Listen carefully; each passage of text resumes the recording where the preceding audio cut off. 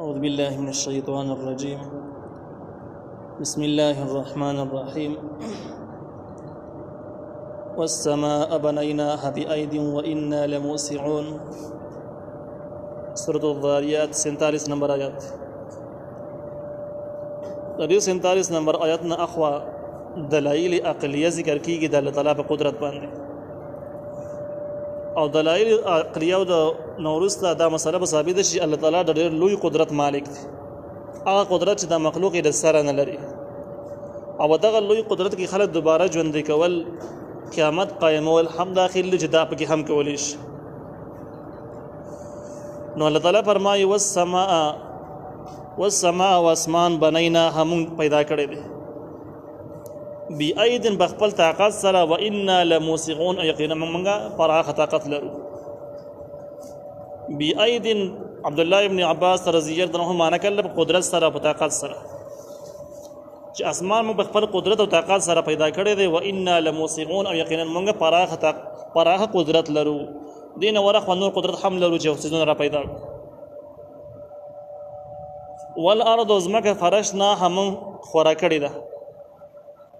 فنعم الماهد من غوره خورون کې یو د سيزون، یعنی په خطر طریقه زمکه خورا کړی د په دې کې تمام صلاحیتونه د زمکه د موجود دي، بل طریقه خورا کړی. ومن كل شيء خلقنا زوجين،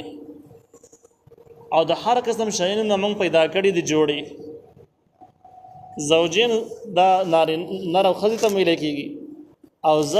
زوجین چې کوم دي نو هغه دوه قسمونو د هم ویل کېږي، د یو بل سره تضاد لري. لکه ورځ او شپه د یو بل سره تضاد لري، دا دوه زوجین شو.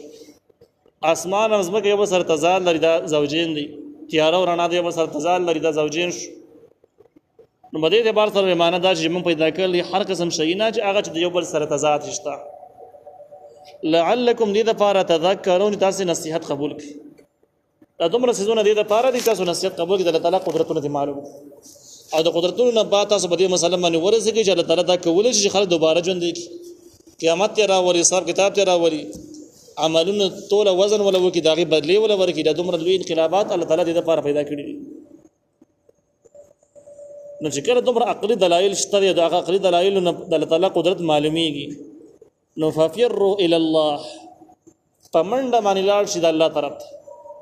مخلوقاتو په زړه مه تړئ، بس دا پرېږدئ. ففروا الی الله، الله طرف ته منډې کړئ. عبد الله ابن عباس رضی الله عنه معنا کړی ده چې ففروا الی الله، تاسو د ګناهونو د زګیرو نه وتښتئ الله طرف ته. هغه ماحول ته داخل شي کوم زګیرو کې ګناهونه نه وي. جنید بغدادي رحمه الله او دغه شان د نور علماء دا معنا کړل چې نفس او شیطان انسان خرابوي، په ګناهونو کې اخته کوي. تاسو د نفس او د شیطان الله طرف ته منډې کوي چې الله تاسو مرسته وکړي، دغه نفس او شیطان نه بچ کړي. انی لکم منه نذیر مبین، یقینا تاسو د پاره د الله طرف نه يرونکې یم ښکارا تاسو د الله تعالی عذاب نه يرو. نو دا تاکید شو چې د مخکې عقلي دلایل نه هم د الله تعالی وحدانیت معلومېدو، د نفس او شیطان دشمنی او گمراهی ته معلومېدله، او د هغې تقاضا دا ول تاسو الله تعالی ته منډه کړې وي او د الله تعالی احکام عملي کړي وي. لیکن بیا که بدغه نه پوهېږئ، نو نبی علیه السلام خو ستاسو دپاره صراحتا یرونکی دی. بیا خو د نبی علیه السلام خبره واورئ چې هغه تاسو د الله تعالی د عذاب نه یری، بس د هغه نصیحتونه بیا واورئ. ولا تجعلوا مع الله الها اخر، او تاسو مه ګرځوئ د الله تعالی سره بل خو دی. د الله سره د بل چا بندګي مه کوئ. انی لکم منه، یقینا تاسو د پاره منه د الله طرف نه نذیر يرونکی یم مبین ښکارا. د تاکید شو. کذالک هم دغه شان دکی ما اتى الذين من قبلهم، دا تسری د نبی علیہ السلام دپاره او زجر د منکرینو دپاره چې کذالک هم دغه شان کسان چې وسنګ صورت حال دی. ما اتى الذين من قبلهم، ندر اغلی اغه کسان ته مخکې د موجوده کافرانو نو من رسول اس قسم پیغمبر الا قالوا، مگر دغه خلکو ته خامخ ویلي ساحر چې جادوګر دی او مجنون یا لیونی دی. انستان وړاندې چې څومره خلک راغلي دي، دغه ټول د دلایل دغه شان اورېدل به لکه څنګه چې موجوده کافران یې اوري، او دغه شان پیغمبرانو مو ته نصیحت کوي لکه څنګه چې ورته کې.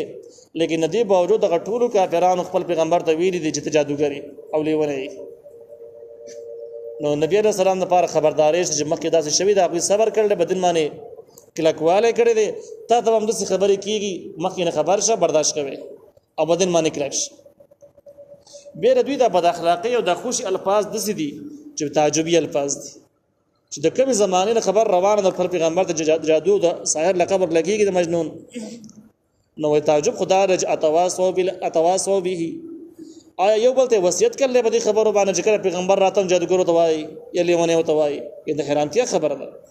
چې دا پیړې زمونږ یو بل نه جدا جدا تیری شوی دي بیان د یو شند کې اندازې دي بلکې تعجب خو دې کېشتا لیکن دی یو بل ته وصیتونه نه دي کړی ځکه دا پیړې بیل بیل زمانو کې تیری شوی دي نو صحیح خبردار چې بل هم قوم طاغون بلکې دوی د قوم د سرکش دي دویم موجوده کافرانو سرکش دي مخکینم سرکش نو سرکشي هغه انداز یو د الفاظ ځکه یو شانت کړه ځکه چې کله یو شان سرکش گمراه خلک دي الفاظ به خمخ یو شانت کی نو دوی سرکشي یو شانت کی د نو په دې وجه من الفاظ یو شانت کی دي یو بل لیدري هم نه دي فتول عنهم مخواړه ور دي کنه دي خلکو نه مخواړه وای دیو باندې خپکیږي مزرب مفرا چې دا خلک ولې نه مسلمانېږي فما انت بملوم نو نه ته په دې باندې ذمہوار ته په دې باندې ذمہوار نه چې دا خلک بخمخه مسلمانېږي او دین جنت ته ورسې نه دغه ساز ذمہواری نه ده ستاسو ذمہواری دا چې تاسو نصیحت وکړي وذکر ته نصیحت کوي صرف فإن الذکر تنفع المؤمنین زګه نصیحت پیدا مؤمنان ته ورکي نو کوم خلکو چې د ایمان صلاحیت موجود دی هغه د پیدا ورکي ایمان براوړي او چې کومو کې صلاحیت د ایمان ختم شوی د ګناونو ظلمونو په وجه باندې الله تعالی دې توفیق به خېجت کړي دي نو هغه د باندې به حجت تمام شي او زر به ختم شي موږ خبر نو بل هر حال باندې د نصیحت پیدا شته کسو کې منی نو هم پیدا شته کسو کې نه منی به پیدا شته چې حجت به تمام شي او د جهنم سره مستحق شي وما خلقت الجن والانس من نه دی پیدا کړی انسانان او پیریان الا ليعبدون مگر دې د پاره زما بندگی وکړي د انسانانو د پیریانو اصلي خلقیات او پیدایش دې د پاره شوی دی الله تعالی خبره به مني احکام به عملي کوي دې د پاره پیدا شوی ما اريد منهم الله وذا اراده لرم د دوینه مې رزق اند خوراک چې دوی د مخلوق ته خوراک ورکړي انسان پیری ماده د پاره پیدا کړی چې بل نور باندې خوراکونه کوي خرچې پکې دې د پاره مې نه پیدا کړی وما اريد او نما زير دلرم اي يطعمون جمال خوراک راکی الله و انتظال خوراک واړه مر د مخلوق د پاره خوراک واړه بلکې د ما د خپل حکم منل د پاره پیدا کړی دي ان الله یقینا تعالی هو الرزاق هم د رزق ورکون کې دي ذل قوه المتين خاون طاقت لوی دي نو الله تعالی دې خلقونه تمنشت فان للذين ظلموا ذنوبا یقینا د حق کسانو د پاره ظالمان دي په موجوده وختونو کې ذنوبا دوی د پاره حصار د عذاب مثل ذنوب اصحابهم پشان د یسي د عذاب د ملګرو د دوی مکه کم کافران تر شوی دي د دوی پشان د کې دي نو د موجوده کافران د پاره هم د عذاب ملاويږي لکه څنګه مخ دوی ملګری مخکې در شوی دغه د عذاب ملاوي شوی د ملاويږي نو د عذاب د موجوده کافران ته هم ملاويږي فلا يستعجلون زمانه د بجلتين غواړي عذابونه وسرا ولا خبر دي نه کوي خامخه بود عذاب ملاويږي رسېبوت پاتې کې دي نش فويل للذين كفروا نو هلاکت د هغه کسان د پاره چې کافران دي می یومهم الذي يوعدون د هغه ورځ د دوی هغه یوعدون چې د دوی سره وعده شوی ده کله ورځ سره وعده شوی ده چې قیامت نو دغه ورځ باندې کافرانو د پاره هلاکت دي به هلاکیږي